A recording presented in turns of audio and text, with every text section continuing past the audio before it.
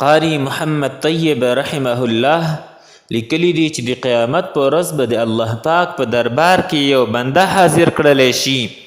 فرښتې به عرض وکړي چې الله د بنده خو ډېر ګناهونه کړي دي، هیڅ نیک اعمال یې نشته. الله پاک ورته وفرمایي چې جهنم ته یې بوځئ. هر کله چې دغه بنده د جهنم په طرف روان کړلی شي، دغه بنده 2 قدمه مخې ته اخلي او شاته ګوري، بیا 2 قدمه مخې ته اخلي او شاته ګوري. فرښتې به عرض وکړي چې الله د بنده خو ډېر عجیبه کیفیت دی، 2 قدمه مخې ته اخلي او بیا شاته ګوري. الله پاک به ورته وفرمایي چې رای ولئ. هر کله چې د الله پاک دربار ته حاضر کړلی شي، الله پاک به ورته وفرمایي چې شاته ولې ګوري. دغه بنده به عرض وکړي چې الله ما د علماء کرامو نه اورېدلی دي چې د الله پاک رحمت ډېر لوی دی.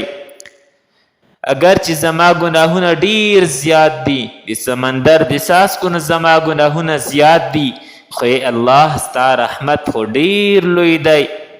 شاته ځکه ګورم چې شاید ستا رحمت ما طرف ته متوجه شي. الله پاک به ورته وفرمایي چې زما بنده، هر کله چې ته زما رحمت ته دومره امیدواره یې، نو ځه لاړ شه جنت ته.